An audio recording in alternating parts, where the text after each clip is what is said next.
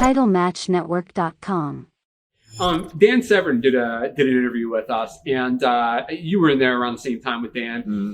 And he was talking about right when he was finishing up and he was doing his last Royal Rumble. And he said, I want to get your thoughts on this, of what would have happened. What do you think would have happened?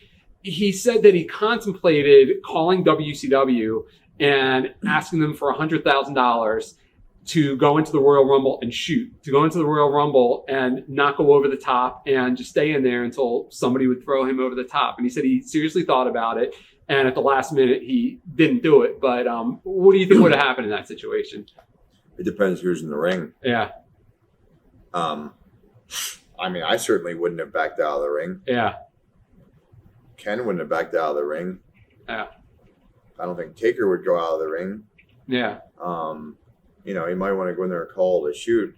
And I got along with Dan when he was in there, but you'd have to watch who was in the ring because you can shoot all you want, but we're all in there. We all of us have the same skills and stuff. So yeah. Now Dan's thing's shooting. If he's going to try to stand up and fight, he's in trouble because, as far as I'm concerned, he doesn't have any hand or foot speed. Yeah. Dan's thing is shooting on people. Well, if there's a ring full of people, Dan, you can only shoot on one of them.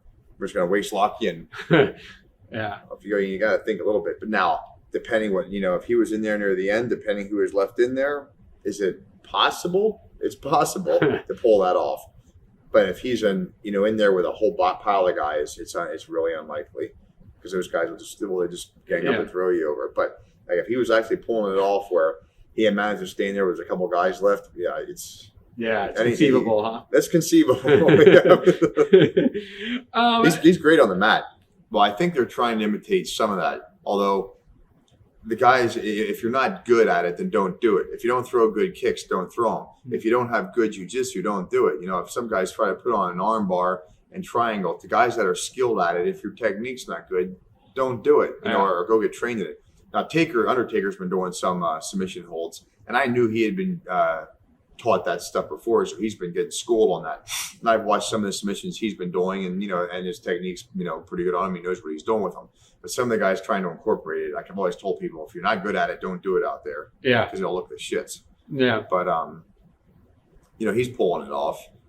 But I think they're trying to just go back old school, trying to get more of the wrestling and just real, real fighting, just trying to incorporate a lot more of that stuff in there, even a lot more of the amateur wrestling as well. Yeah. Because a lot of the guys in there are good amateur wrestlers.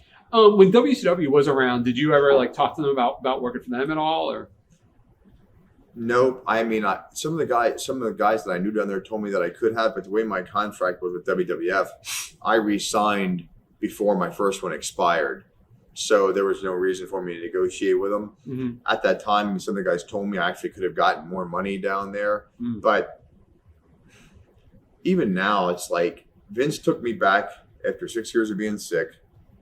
I'm usually pretty loyal if you give me the chance. If you screw me, I have no problem, telling you to screw off, and go somewhere else. But it would have been hard to get me to go down there anyway because I did a few years with them and I felt like, you gave me a chance, you took me back, I'm going to stay here. So it would have been hard to get me to go at that point anyway. Yeah. TitleMatchNetwork.com.